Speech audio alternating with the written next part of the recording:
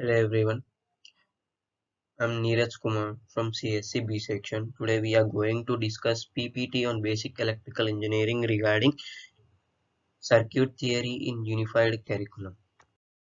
The extraordinary expansion in the fields of technology and engineering in recent years has demanded a much greater body of knowledge of the engineering graduate than was previously required. As a result, there has been much frenzied activity on the part of engineering educators in an attempt to satisfy these demands by curricular changes. These changes can be roughly classified into three categories: addition, substitution, and contraction.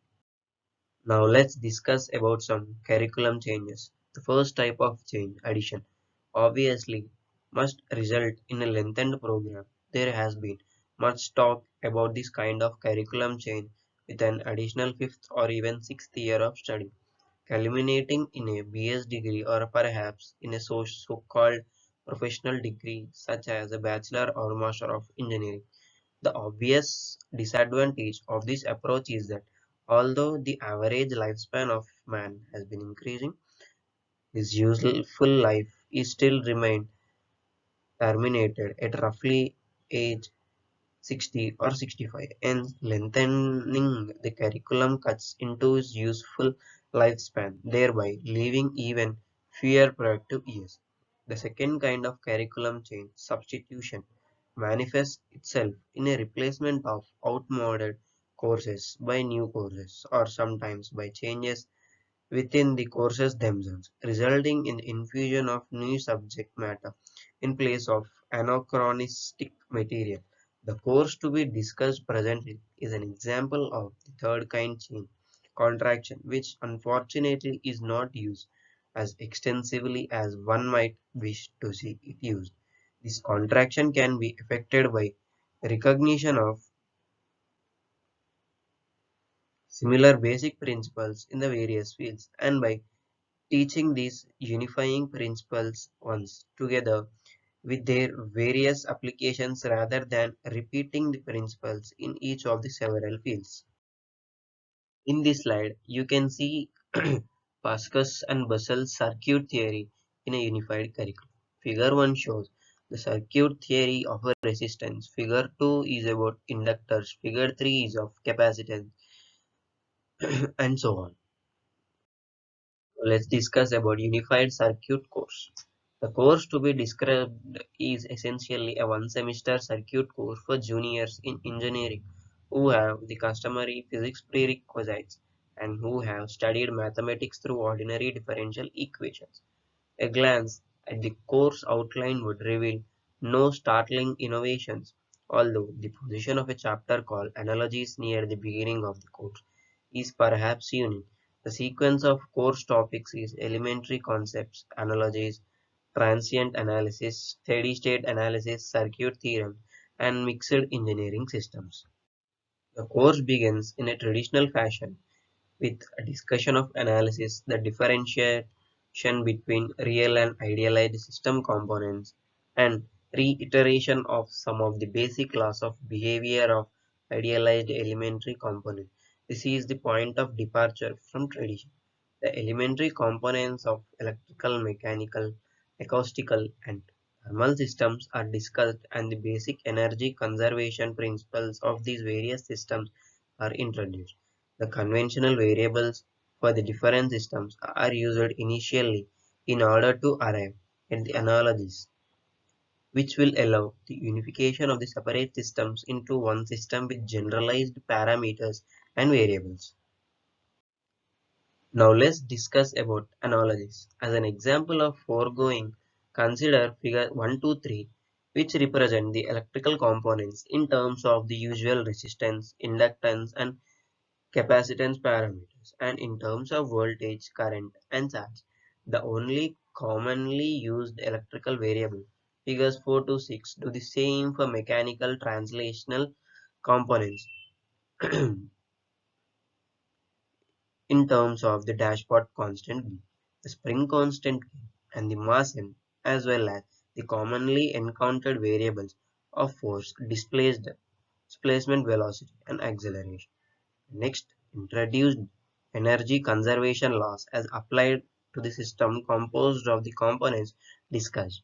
For example, in Figure 7, we have a system consisting of a mass which is connected to a spring on one side and to a dashpot on the other side, both of which are fastened to a frame of reference. For such a system, the student knows how to draw a free body diagram, which results in an equation shown in the figure. Since this system is presented by one equation containing three unknowns, we must revert to the component behavior laws to arrive at the second equation in that figure. The system in figure 8 is treated similarly.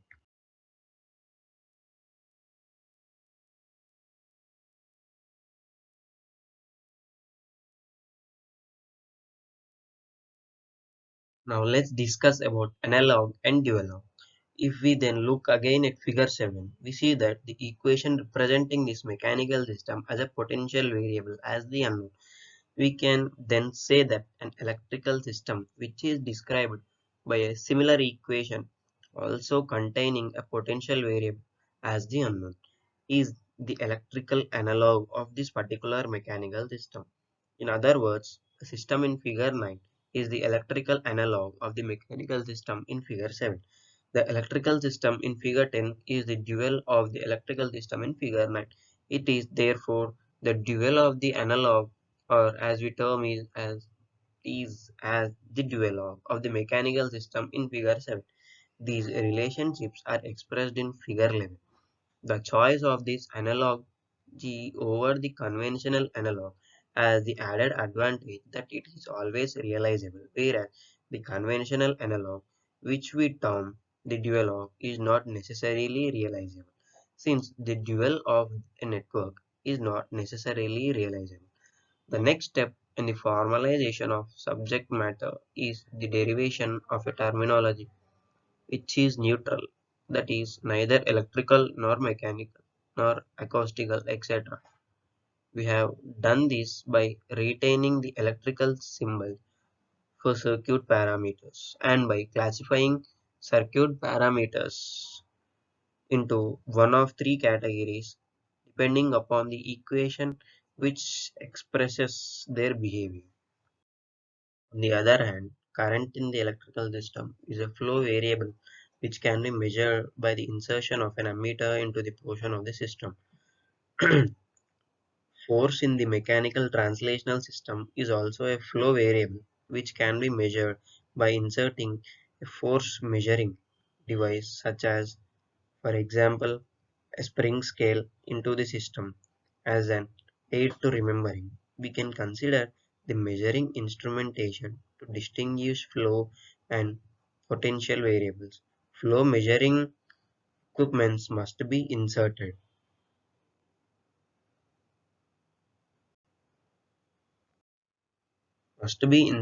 in series, whereas potential measuring equipment is connected across. Let's discuss about prototype parameters. In general terms, we would say that the potential variable across this type of parameter, which we call an alpha parameter, is equal to the parameter constant alpha times the rate of change of flow through the parameter. So that we have an equation which reads omega is equal to alpha into du by dt, where omega is a general potential variable and u is general flow variable. You can similarly characterize the behavior of other parameters. Electrical resistance, for example, is defined by Ohm's law, which states that the potential difference across the resistance is equal to resistance times the current flow through it. In general terms, again, omega, the potential difference is equal to parameter value, which we call beta for this type of parameter times u. The flow through the parameter omega is equal to beta into u. A similar expression can be written for a capacitor. All of these are summarized in figure 12 and tabulated in figure 13.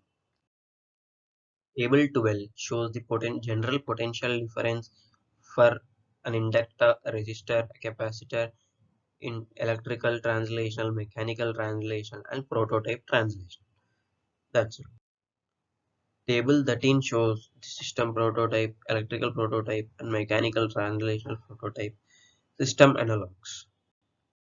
That's all for now, friends. This is end of my presentation. I hope you enjoyed it and gained a bit knowledge regarding circuit theory in a unified curriculum. Thank you.